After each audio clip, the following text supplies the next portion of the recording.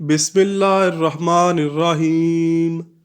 حضرت ام المومنین عائشہ رضی اللہ تعالی عنہا فرماتی ہیں، جس بستر پر رسول اللہ صلی اللہ علیہ وآلہ وسلم سوتے تھے وہ رنگی ہوئی کھال کا تھا اور اس کے اندر کھجور کے چھلکے بھرے ہوئے تھے، یعنی ابتدا میں نبی کریم صلی اللہ علیہ وآلہ وسلم اور حضرت عائشہ رضی اللہ تعالی عنہا کے لیے ایک ہی بستر تھا۔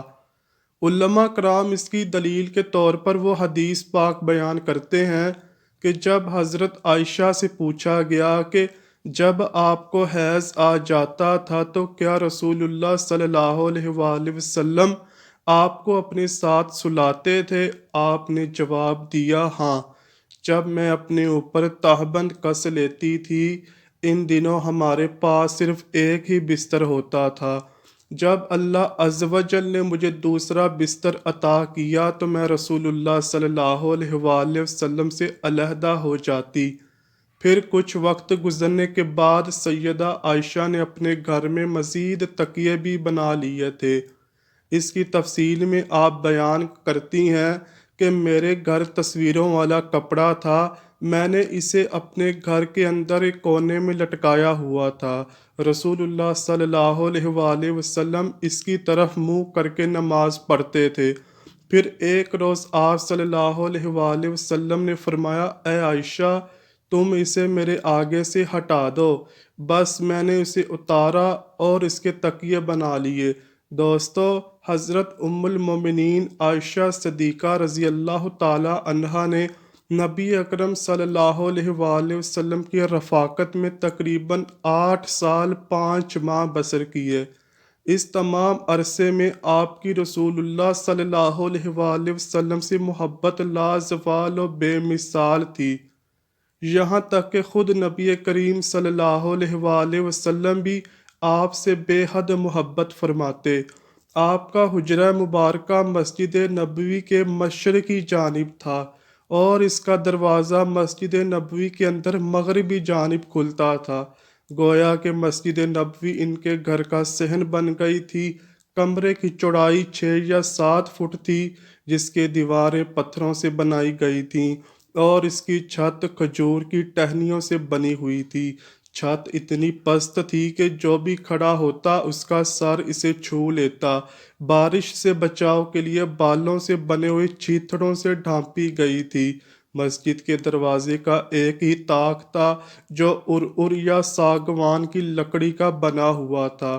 اس حجرے کی ایک جانب سائبان تھا اور یہ وہی سائبان تھا کہ جب نبی کریم صلی اللہ علیہ وآلہ وسلم نے اپنی بیویوں سے الا کیا تو اس سائبان میں 1 ماہ تک ٹھہرے رہے۔ یہی وہ حجرہ مبارکہ ہے جس میں سیدہ عائشہ نے اپنی زندگی کے تقریباً 50 سال بسر کیے۔ یہ حجرہ اس قدر چھوٹا تھا کہ جب آپ لیٹی ہوتی تو حضور نبی اکرم صلی اللہ علیہ وآلہ وسلم کے لیے نماز کا سجدہ کرنا مشکل ہو جاتا۔ چنانچہ صحیح بخاری اور صحیح مسلم شریف کی ایک حدیث پاک ہے کہ سیدہ عائشہ رضی اللہ تعالی عنہا نے فرمایا، میں رسول اللہ صلی اللہ علیہ وآلہ وسلم کے سامنے سوئی ہوتی اور میرے دونوں پاؤں آپ کے سجدے کی جگہ ہوتے تھے۔ جب آپ سجدہ کرنے لگتے تو مجھے دبا دیتے تو میں اپنے پاؤں سمیٹ لیتی، اور جب آپ کھڑے ہو جاتے تو پھر میں دراز کر لیتی۔ وہ فرماتی ہیں، اس زمانے میں گھروں میں چراغ نہ ہوتے تھے، یعنی آپ نے حضور نبی اکرم صلی اللہ علیہ وآلہ وسلم کے ساتھ حجرہ مبارکہ میں وہ دن بھی دیکھے کہ جب آپ کے پاس ایک چراغ تک نہیں ہوتا تھا۔ اسی زمن میں ایک روایت امام احمد علیہ رحمہ نے مسند احمد میں نقل کی ہے کہ ایک رات حضرت ابو بکر صدیق رضی اللہ تعالی عنہ نے ان کی طرف بکری کی دستی کا گوشت بھیجا۔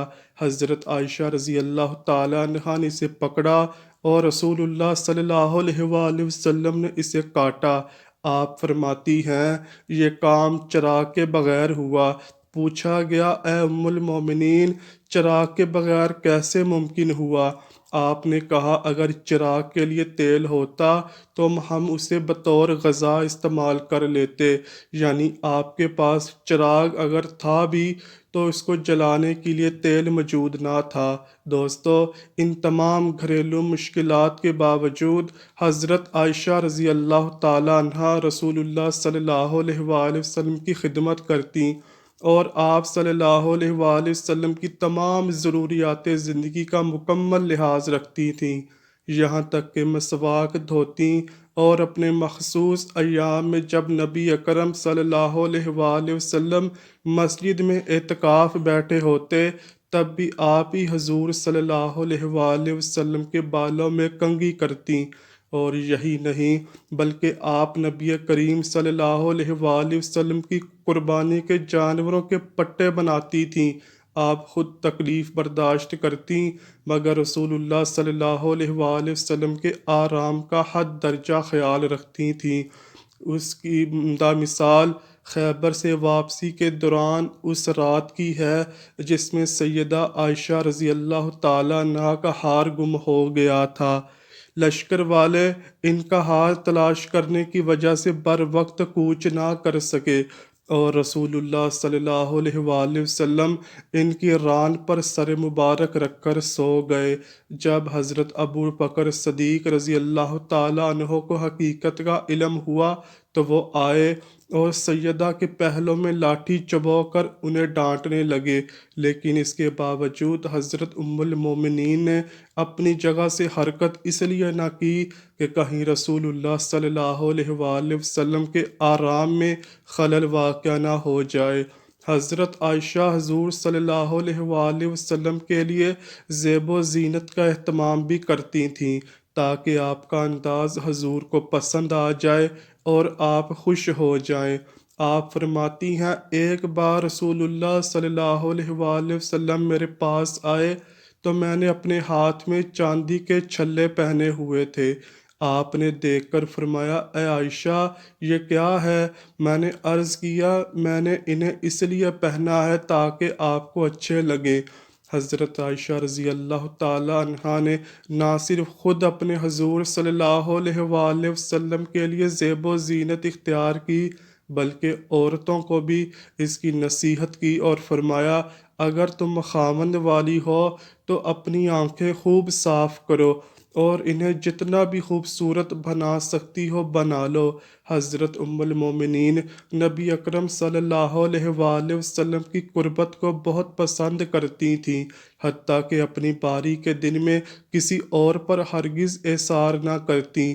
چنانچہ ایک روایت میں ہے حضرت عائشہ بیان کرتی ہیں ہم میں سے جس بیوی کے پاس آپ صلی اللہ علیہ وآلہ وسلم کی باری ہوتی تو آپ اسے اجازت لیتے، حتیٰ کہ پھر قرآن مقدس کی یہ آیت کریمہ نازل ہوئی اور اللہ تعالیٰ نے ارشاد فرمایا ان میں سے جسے تو چاہے مؤخر کر دے اور جسے چاہے اپنے پاس جگہ دے دے، اور تو جسے بھی طلب کر لے ان عورتوں میں جنہیں تو نے الگ کر دیا ہو تو تجھ پر کوئی گناہ نہیں۔ حدیث پاک کی راویہ کہتی ہیں میں نے حضرت عائشہ رضی اللہ تعالی عنہا سے پوچھا اس آیت مقدسہ کے بعد آپ کیا کہتی تھیں؟ سیدہ عائشہ نے بتایا میں آپ سے کہتی اے اللہ کے رسول صلی اللہ علیہ وآلہ وسلم اگر مجھے یہ اختیار ہوتا تو میں آپ کے بارے میں کسی اور کے لیے ہرگز ایثار نہیں کروں گی۔ بخاری شریف کی ایک اور روایت ہے جس میں حضرت عائشہ رضی اللہ تعالیٰ عنہا فرماتی ہیں ایک رات سوتے ہوئے میرا جسم آپ صلی اللہ علیہ وآلہ وسلم کے جسم سے مل گیا۔ آپ نے فرمایا عائشہ کیا اس رات کو مجھے رب کی عبادت کی اجازت دیتی ہو؟ میں نے کہا مجھے آپ کا قرب پسند ہے تاہم میں آپ صلی اللہ علیہ وآلہ وسلم کی خواہش کو ترجیح دیتی ہوں۔ پھر آپ صلی اللہ علیہ وآلہ وسلم نے قیام فرمایا اور رو رو کر قرآن کی تلاوت کی حتیٰ کہ آپ صلی اللہ علیہ وآلہ وسلم کی مبارک کندھے آنسوؤں سے بھیگ گئے۔ پھر آپ صلی اللہ علیہ وآلہ وسلم نے بیٹھ بیٹھ کر تلاوت کی حتیٰ کہ آپ کے پہلو آنسوؤں سے تر ہو گئے، پھر لیٹ کر تلاوت کی اور روتے رہے یہاں تک کہ زمین آنسوؤں سے تر ہو گئی۔ پھر آپ صلی اللہ علیہ وآلہ وسلم کے پاس حضرت بلال آئے اور عرض کرنے لگے، یا رسول اللہ صلی اللہ علیہ وآلہ وسلم، میرے ماں باپ آپ پر قربان، کیا اللہ تعالیٰ نے آپ کے آئندہ اور گزشتہ تمام گناہ معاف نہیں کر دیے؟ فرمایا، بلال، تو میں اپنے رب کا شکر گزار بندہ کیوں نہ بنوں؟ پھر اللہ تعالیٰ نے اس رات ہی یہ آیت نازل فرمائی، یعنی آسمان و زمین کی پیدائش میں اور دن رات کی گردش میں اہل عقل کے لیے نشانیاں ہیں۔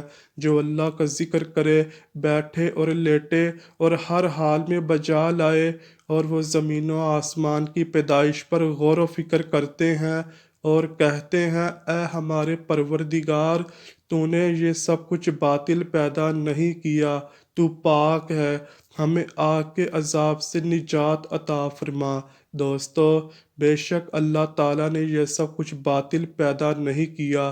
ہر چیز کی پیدائش میں ایسی ایسی حکمتیں پنہاں ہیں جو کہ انسانی ناقص علم میں آنا محال ہے۔